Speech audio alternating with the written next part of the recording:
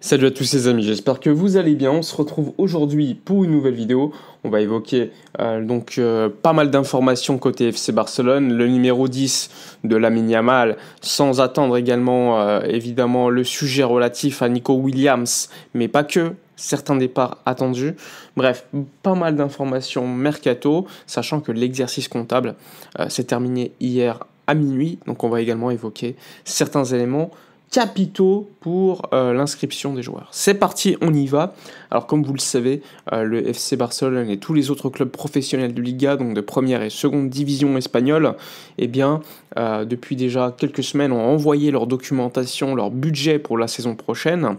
Et donc la Liga calcule ensuite des limites salariales à chaque club en disant en gros on te donne 200 millions d'euros pour les salaires, tu ne peux pas dépasser, si tu les dépasses tu peux recruter mais de manière très restrictive, il faut que tu vendes ou que tu gagnes de l'argent au préalable. Bon, le FC Barcelone doit avoir avant le 30 juin effectué pas mal d'opérations pour se rapprocher de cette fameuse limite salariale fixée pour le mercato d'été.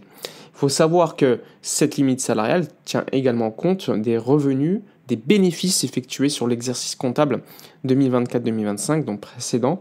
Et là, le Barça s'en sort très bien parce que le Barça a des revenus d'environ 950 millions d'euros et va annoncer des bénéfices plutôt intéressants qui vont lui permettre d'accroître cette limite salariale. Limite salariale, comme vous le savez, qui sera annoncée normalement, comme d'habitude, après les mercatos, toujours. Sinon, tu annonces au monde entier la limite salariale du club, donc tu le mets dans des situations compliquées en termes de négociation avec des clubs étrangers. Donc on le sait, le Barça est donc dans une situation favorable, puisque il y a eu la cession des loges VIP qui ont été validées à hauteur de 100 millions d'euros pour l'exercice comptable 2024-2025, ce qui a permis au club de finir avec un exercice comptable bénéficiaire et donc que ça se répercute directement sur cette fameuse limite salariale pour la saison suivante, la saison actuelle désormais 2025-2026. Lors de ces différents semaines passées, on parlait beaucoup du sujet relatif à Nico Williams et c'était une condition sine qua non que le Barça revienne à cette fameuse règle du 1 pour enregistrer les joueurs. Aujourd'hui, la situation, disons qu'elle est difficile à déterminer puisqu'on ne sait pas de manière précise si le Barça est de retour ou pas à la règle du 1 pour 1. Ce qu'on peut expliquer de manière assez sûre, c'est que le Barça, en effectuant énormément de départs lors de l'exercice comptable 2024-2025, s'est assuré un exercice bénéficiaire, ce qui va lui permettre, normalement, compte tenu du budget annoncé à plus d'1 milliard d'euros avec le retour au Spotify Camp Nou, d'avoir une situation économique plutôt favorable pour le mercato actuel. En ce sens, le Barça a déjà signé Joan Garcia. Le Barça veut également dealer dès cette semaine le dossier Nico Williams, même si hier il y a eu un article de Mundo Deportivo qui expliquait que la direction était énervée du fait que l'agent du joueur voulait des garanties supplémentaires. Le Barça n'a pas donné de garantie. En gros, l'agent Félix Tenta, l'agent de Nico Williams, demandait le fait qu'on signe un contrat, mais s'il n'est pas enregistré avant une certaine date, il peut quitter le club de manière libre, alors que le Barça vient d'acheter le joueur à 60 millions d'euros. Barça qui refuse catégoriquement cette proposition de la part de l'agent.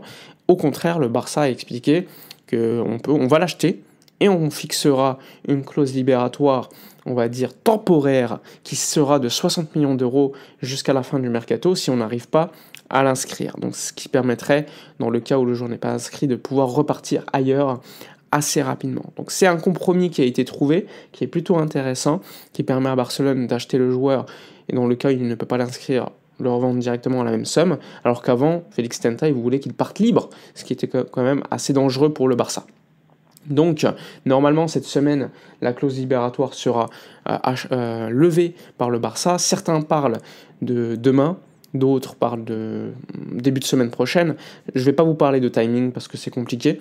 Ça peut aller très vite dans le foot. Mais ce qu'on sait, c'est que normalement, le joueur va bien signer au FC Barcelone. Maintenant, en termes d'inscription, ça dépendra encore une fois du travail effectué qui doit continuer. La prolongation de contrat de Jong à la baisse, le départ d'Ansu Fati qui va être annoncé rapidement, le numéro 10 de Lamine Yamal, d'ailleurs j'en parlerai après, sans oublier Pablo Touré et d'autres dossiers qui sont à régler, Iñaki Peña, Ter Stegen, etc. Bref, passons maintenant au sujet Lamine Yamal numéro 10. Alors, c'était prévu.